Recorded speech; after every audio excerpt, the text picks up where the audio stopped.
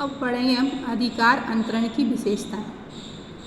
अधिकार अंतरण की विशेषता में पहली जो पॉइंट बताया गया है उसका नाम है अधिकार का कार्य अंशतः सौंपना। इसमें क्या बताया गया है कि जो प्रबंधक होता है यानी जो संस्था के मुख्य अधिकारी होते हैं या जो व्यवसाय को चलाते हैं वो अपना पूरा काम नहीं सौंपते अधीनस्थ को, केवल क्या करते हैं अपने कार्य का थोड़ा सा हिस्सा या कुछ भाग अधीनस्थ को सौंपते हैं और मुख्य कार्य जो करने के रहते हैं वो स्वयं करते हैं और जो कार्य अधीनस्थों को सौंपे गए हैं उन कार्यों पर भी उनकी निगाह रहती है कि कार्य सही तरीके से हो रहा है या नहीं। दूसरी विशेषता क्या है? कार्य विभाजन। अधिकार का अंतरण कार्य के विभाजन पर आधारित होता है। एक प्रबंधक उसे सौंपे गए सारे कार्य निष्पादित नहीं करता और करता भी नहीं है।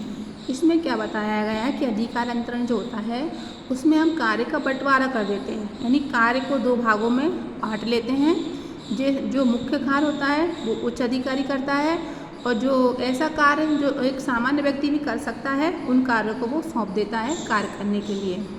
तीसरा क्या है? सीमाओं का निर्धारण।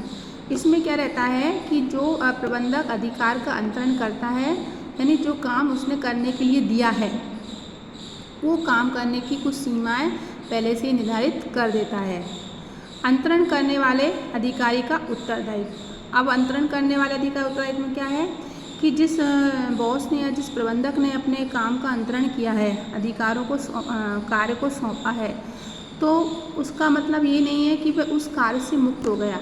अगर उसने अधीनस्थ को काम सौंपा है और अधीनस्थ ने सौंपे गए कार्य को सही ढंग से नहीं करा या उच्च अधिकारी ने उसको चेक नहीं करा और अगर उसमें कुछ गलती पाई जाती है तो उस गलती का उत्तरदायित्व कौन लेगा?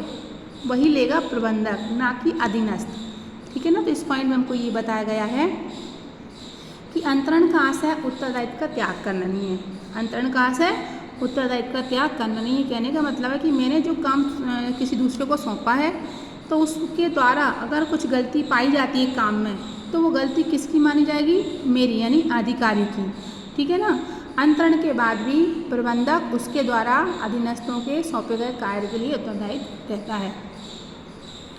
वरिष्ठ का नियंत्रण। वरिष्ठ मतलब होता है उच्च अधिकारी। अंतरित अधिकार के सही उपयोग को सुनिश्चित करने के लिए वरिष्ठ अधिकारी को अधीनस्थ के कार्य पर नियंत्रण रखना पड़ता है। अंतरण करने का अधिकार। अंतरण का अधिकार का अंतरण वही व्यक्ति कर सकता है जिसके पास स्वयं अधिकार हो, यानी जो अधिकारी होते हैं जिसके पास पावर होती है वही अपने कार्यों को दूसरे व्यक्तियों से करा सकते हैं। एक सामान्य कर्मचारी जिसके पास कोई अधिकार नहीं है वो उनका अधिकार अंतरण का सहारा नहीं ले सकता है। दैनंदिनी कार्य। दैनंदिनी कार्य मतलब होता है जो रोज के कार्य होते हैं, तो अधिकार अंतरण केवल दैनंदिनी कार्यों का ही होता है। मुख्य विषय या जिन पर विश्लेषण करना उनका अधिकार अंतरण नहीं किया जा सकता। तो इस प्रकार हमने अधिकार अंतरण की विशेषताओं को समझा और विशेषताएं सरल भी हैं। इनको एक बार और आप रिवीजन करोगे तो समझ में आ जाएगा अच्छी तरीके से। अब आगे हम पढ़ेंगे अधिकार अंतरण के तत्व। ये अधिकार अंतरण के जो तत्व में बेटा मराठी की किताब में से पढ़ा रही हूँ, आपकी जीपीएच में नहीं मिलेंगे क्योंकि उसमें थोड़ा लेंथी दिया हुआ है, इसमें थोड़ा सरल भी है और जल्दी समझ में आ जाएगा। तो अधिकार अंतरण के तत्व तीन प्रकार के होते हैं: अधिकार, उत्तरदायित्व और एक होता है जवाबदेही। सबसे पहले हम अधिकार के बारे में पढ़ें। अधिकार में क्या बताया गया है? अधिकार से आशय निर्णय लेने की उस शक्ति से है जिसके आधार पर व्यक्ति अपने अधिकारों को नियंत्रित करता है। मतलब अधिकार से आशय क्या होता है कि उस व्यक्ति में निर्णय लेने की शक्ति हो जिसके आधार पर व्यक्ति को क्या दिए गए हैं? अधिकारों का अपने अधीनस्थों को नियंत्रित कर सके। औपचारिक संगठन के अंतर्गत एक व्यक्ति को अधिकार प्राप्त होते हैं। अधिकार का प्रवाह ऊपर से नीचे की ओर होता है, यानी उच्च अधिकारी से नीचे के कर्मचारियों तक, तो उसको बोलते हैं हम ऊपर से नीचे की ओर प्रवाह होता है। उच्च अधिकारी को अपने अधीनस्थों पर अधिकार प्राप्त होते हैं, यानी जो संस्था के या जो व्यवसाय में जो प्रबंधक होते हैं उनको निचले स्तर के अधिकारियों से या कर्मचारियों से काम लेने का अधिकार होता है। इसलिए अधिकार संसाधन के उचित प्रयोग करने और अथवा कोई कार्य करने या न करने से संबंधित हो सकते हैं।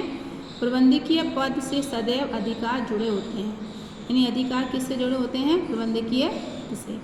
इसमें हमने क्या समझा कि अधिकार का सबसे पहले तो अधिकार का अर्थ, अधिकार से आशय क्या है? निर्णय लेने की जो शक्ति है जिसके आधार पर अधिकार होते हैं।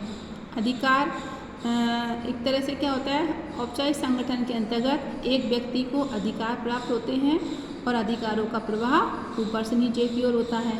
ठीक है, अधिकारों को अपने अधीनस्थों पर अधिकार प्राप्त होते हैं, जिससे क्या होता है कि वो अपने कार्य का बंटवारा करें और अधिकार संसाधनों के उचित प्रयोग करने से, यानी अपने अधिकारों का अंतरण करने से तो जो संसाधन है यानी काम करने का उसका सही ढंग से उपयोग हो जाए।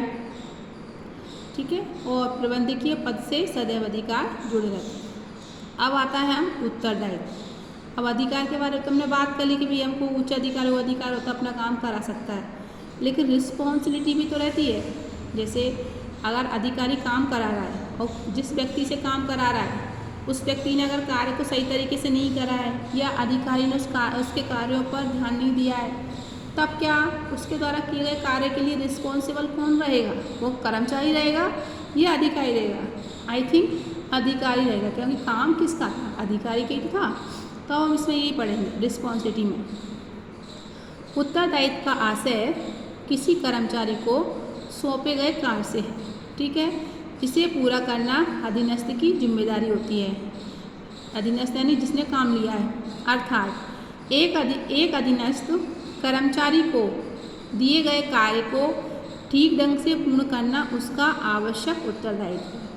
यानी उत्तरदायित्व किसका? एक तो जिसने काम लिया है उसको पूरे ढंग काम समय पर पूरा करना, ये उसका भी उत्तरदायित्व है। एक अधीनस्थ अपने अधिकारी द्वारा बताए गए कार्यों को पूरा करने के लिए बाध्य होता है। उत्तरदायित्व कार्य सौंपने पर ही उत्पन्न होता है। उत्तरदायित्व कब होता है? जैसे इसको काम मिल जाता है जिस अधीनस्थ को, तब से उस कार्य के प्रति उसकी जिम्मेदारी बढ़ जाती है। अतः उत्तरदायित्व या तथा कार्यभार सौंपना एक ही बात होती है। कार्य सौंपना या उत्तरदायित्व सौंपना एक ही बात होती है। जब किसी कर्मचारी को उत्तरदायित्व सौंपे जाते हैं तो उसे अधिकार भी प्रदान किए जाते हैं, अन्यथा वह अपने कार्य को पूरा नहीं कर पाएगा। कहने का मतलब यह है कि जब काम दिया जाता है तो काम के संबंध में वह कुछ उसको पावर भी दी जा सकती है जिससे वो काम को कर सके। उत्तरदायित्व का सार कर्तव्य पालन होता है, जिसकी उत्पत्ति अधिकारी एवं अधीनस्थ के संबंधों से होती है। यानी उत्तरदायित्व का मतलब क्या होता है? कार्य को पूरा करना, और उसकी उत्पत्ति किससे होती है? अधिकारी और अधीनस्थ। अधिकारी कौन हो गया? जिसने अधीनस्थ को काम सौंपा है। तो अधिकारी ने अधीनस्थ को काम सौंपा है तो वो क्या हो गया? अधिकार अंतरण। और जब अधीनस्थ उस कार्य को करेगा तो उसके संबंध उसको उत्तरदायित्व रहेगा जिम्मेदारी से करने के लिए, और अधिकारी का भी उत्तरदायित्व रहेगा उस कार्य को सही ढंग से करवाने के लिए। आगे पढ़ें हम। आगे जवाबदेही। अधिकारी अधिकारों के अंतरण के साथ साथ उत्तरदायित्वों का अंतरण भी करता है।